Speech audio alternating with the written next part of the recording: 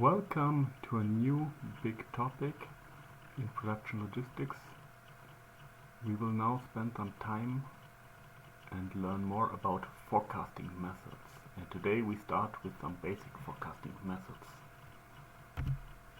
The learning goal of this blog are the followings. After today's lectures, the successful student can explain the characteristics of demand. This also includes that you know the difference between sales data and demand data. You're able to classify different forecasting techniques. In particular, you will be able to classify extrinsic and intrinsic techniques. And you will know the difference between qualitative and quantitative forecasting techniques. Finally, for this first block of forecasting methods, you will be able to calculate forecasts yourself.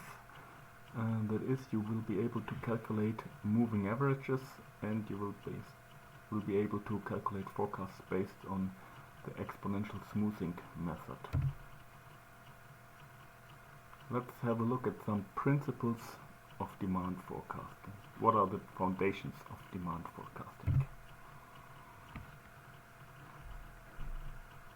Take a step back and think, what do we try to forecast after all? What is it that we try to forecast? And I'm not talking about the course production logistics alone, because you are confronted with forecasts almost every day in your life. Every day in your life there will be some things that you want to know about the future, where you make yourself an image about the future, how the future will be. This is all a forecast. And of course there are very different methods to do a forecast. But what do we try to forecast?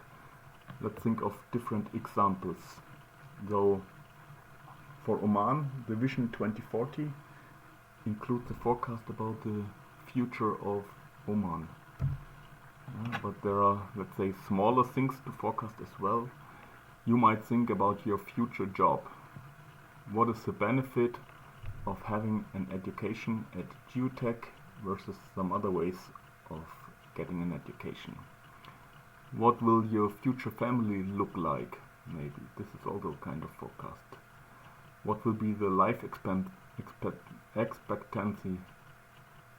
How much money do you need to save in order to retire? What will be the future demand in oil and gas? And then based on this, what will be a future price for oil and gas? If we go more on the individual company level, what will be the customer demand for our current products and our future products? What will be the results in some sports events?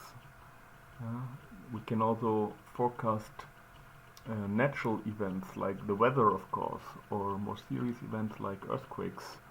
What will be the political conditions? We try to forecast financial data, insurance costs, or stock market. These are all things where we do forecasts every day. We do them by very different methods.